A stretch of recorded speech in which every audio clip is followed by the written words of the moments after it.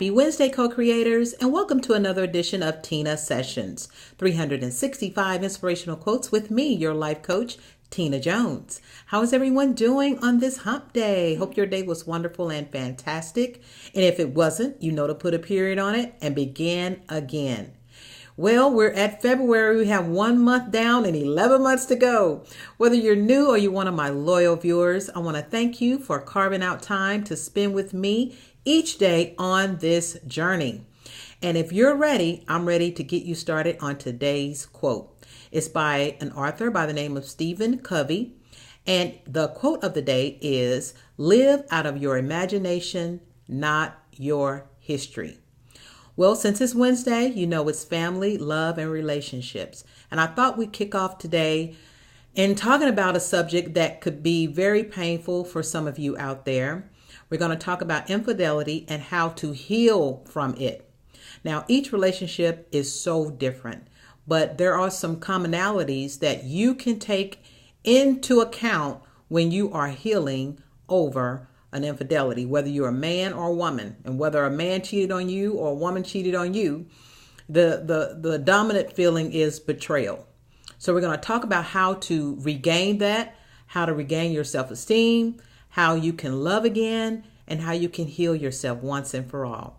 Of course, you know I have a few steps for you, so get your notepads out and let's take some good notes. And if you know someone that can really benefit from today's session, please forward it to them. Once it's all over, tell them to go and take a look at session 32. That's what today is all about. All right. So if you've been faced with infidelity, someone in the relationship cheated on you or betrayed the relationship and violated your trust.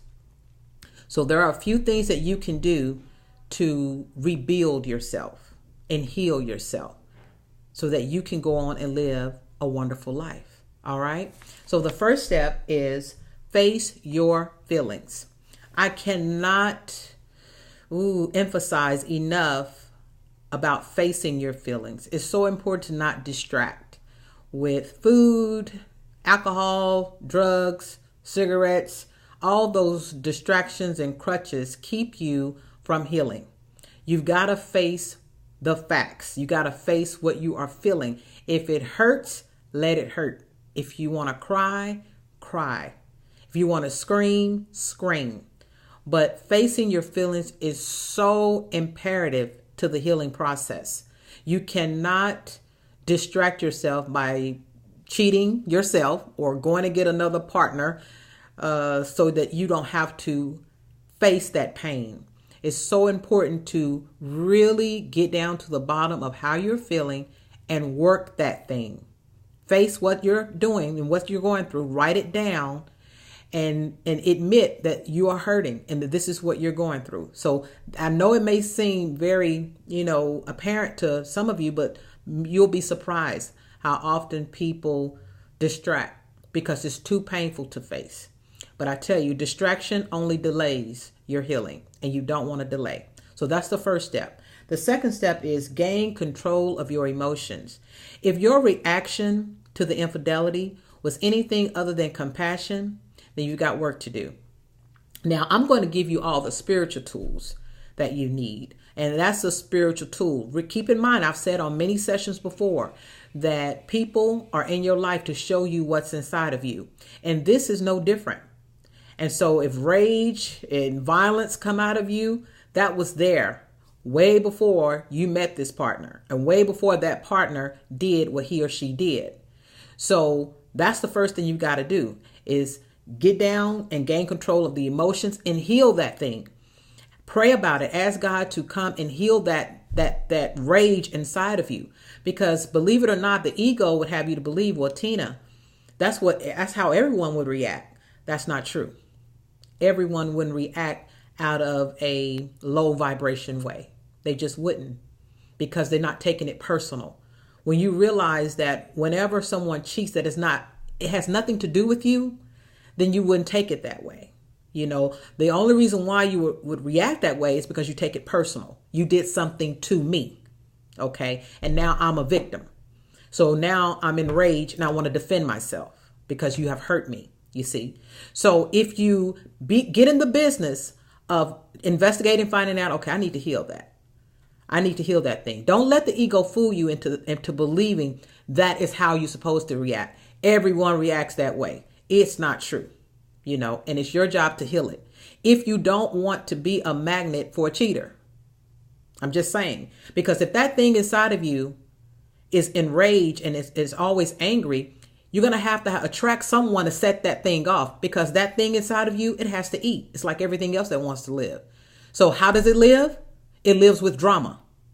That's the only way that person, that thing inside of you, that anger inside of you, that's the only way that it eats, is through drama. So you have to attract some type of drama to ignite it and to feed it. So if you want to get rid of it, this is the chance to do that.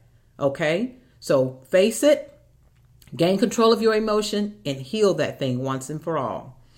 And then you ask yourself the question, once you've healed that, should I stay? Should I leave? Is this a serial cheater? Is this a one-time mistake? Is this person have more good qualities than this quality?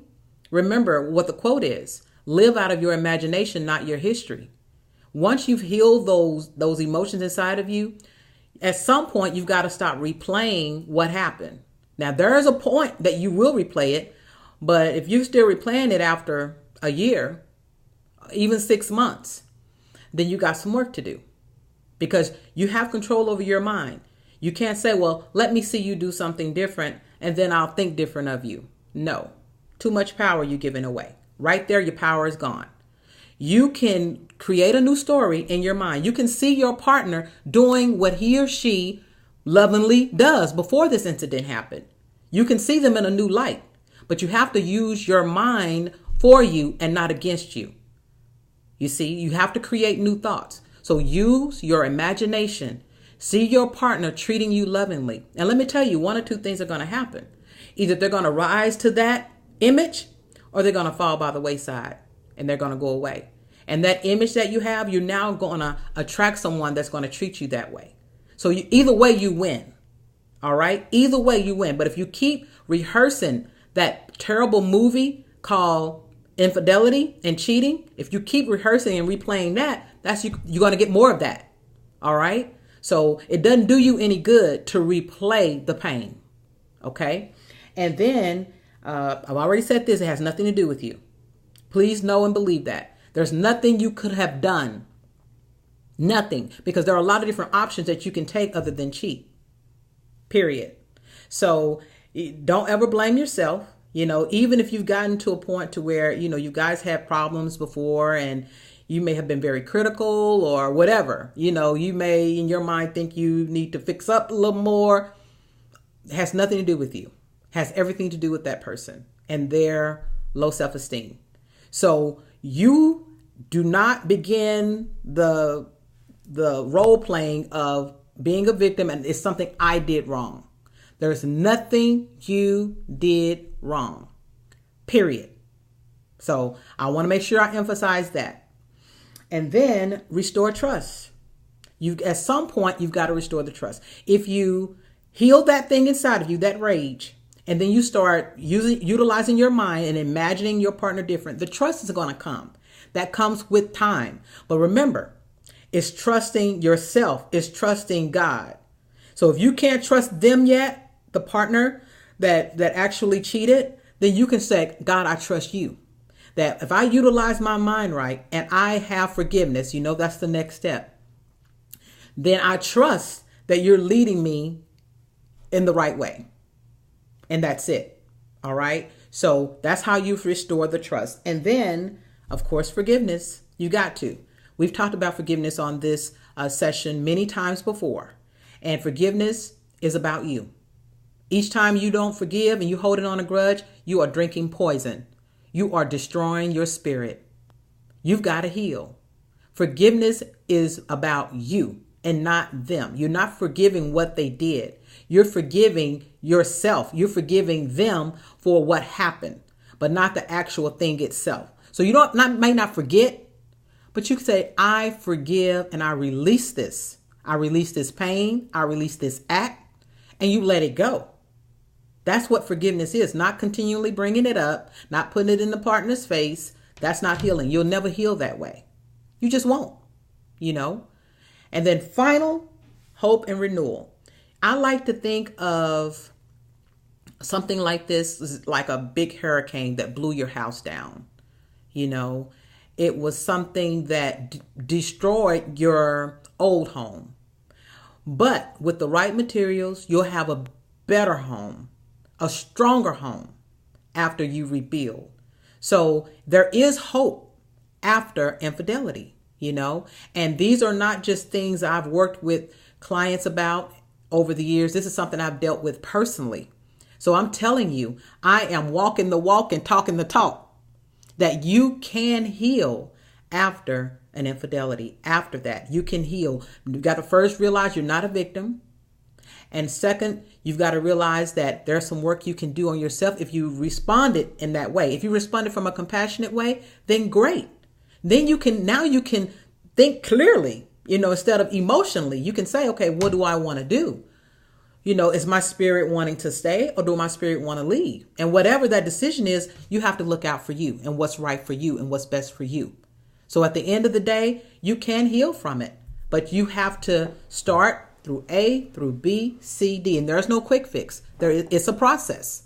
And once you get through that process, you know, like I said, it's not an emotional thing, but it can be much stronger than it ever was before. All right. So good luck to each and every one of you if you're dealing with something like that. If you have any questions about today's session, email me, naturalborncoach@hotmail.com. All right. It's time for the affirmation of today. And it is, I have the greatest love of all, and that's right inside of me. That's straight from Whitney Houston. The greatest love of all is right inside of me. I have the greatest love of all right here. All right. Okay. Well, you know, it's time for the guided meditation. So let's go ahead and get started. If you need to relax, go ahead and do that. Close your eyes, turn the lights down, and let's get busy with our guided meditation of today. I'm going to ask you to go ahead and close your eyes and take a nice deep breath all the way in. And exhale and release. Very good. Take a nice deep breath all the way in. And release. Very good.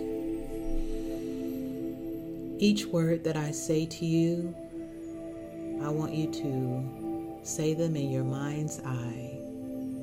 Just repeat these words, knowing that they ring true for you in your mind, your body, and your spirit. I've learned to trust myself. Everything is happening in divine order. I know that all is truly well.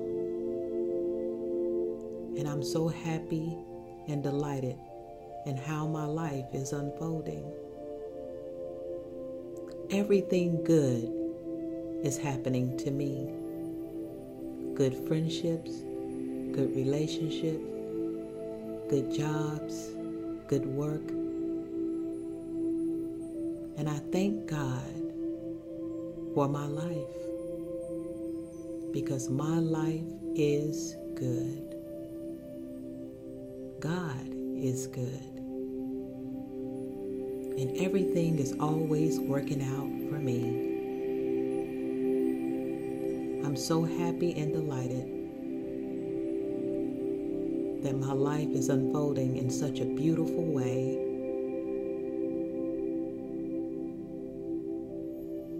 I love my family and I love my friends. And I'm so happy that I've learned to relax and allow all my good things to flow to me easily and effortlessly. And so it is. Very good. Thank you all for spending this time with me. I'll see you tomorrow for day number 33. Enjoy your night. Bye-bye.